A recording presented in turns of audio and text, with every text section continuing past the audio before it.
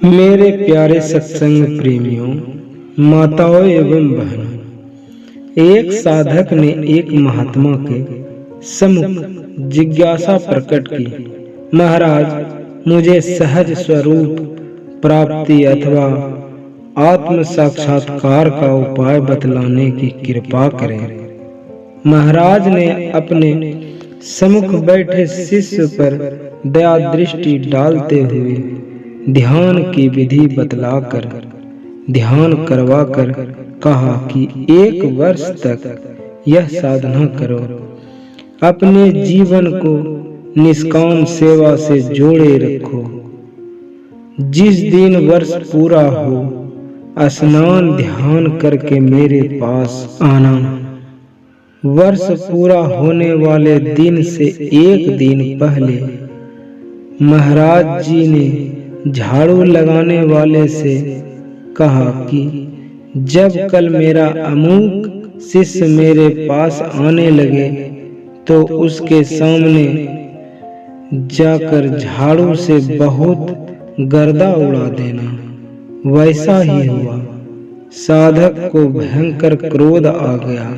वह उस मेहतरानी को मारने दौड़ा। वह भाग गई। साधक फिर से स्नान करके महाराज के सम्मुख पहुंचा। महाराज जी ने कहा, अभी तुम्हारा आंतरिक स्थिति सर्प की तरह दौड़कर काटने जैसी है। निरंतर साल भर और अभ्यास व सेवा करके आना। दूसरा वर्ष पूरा होने के 1 दिन पूर्व महाराज जी ने हरिजन माता को कहा कि कल अमुक शिष्य आवे तो उसके पैर से तुम झाड़ू छुआ देना। उस शिष्य के आते ही उस हरिजन माता ने अपना झाड़ू उस शिष्य के पैर से छुआ दिया। शिष्य ने उसके प्रति बड़े कठोर शब्दों का उच्चारण किया तथा वापस जाकर स्नान करके महाराज जी के सम्मुख उपस्थित हुआ। महाराज जी ने उसे देखकर कहा कि अभी तुम्हारे अंदर क्रोध सांप की तरह फुफकार मारने की स्थिति में है। पुनः जाओ 1 वर्ष तक निरंतर अभ्यास करो, सेवा करते रहो। इस बार महाराज जी का मनंत वो अपनी भूल का एहसास अंतर मन में हुआ। महाराज जी की कृपा समझ में आई। निरंतर अभ्यास वो सेवा करता हुआ 1 वर्ष आनंद से व्यतीत किया।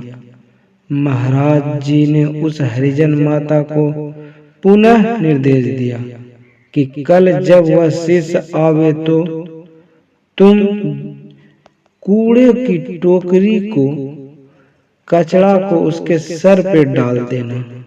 गुरु कृपा से शिष्य की चित्त मन निर्मल हो चुका था। हरिजन माता के कूड़े की टोकरी जब उसके सिर पर पड़ी तो शिष्य को क्रोध नहीं आया। उल्टा उसने कहा कि माता, तुम्हारा मुझ पर बड़ा उपकार है कि मेरे एक बड़े दोष को दूर करने के लिए प्रयत्न कर रहा हूँ। इतना कहकर वह स्नान करके आया। वो महाराज जी के चरणों में नतमस्तक होकर गिर पड़ा। महाराज जी ने उसे उठाकर अपने हृदय से लगा लिया। सम्मुख बैठाकर ब्रह्म तत्व का उपदेश दिया।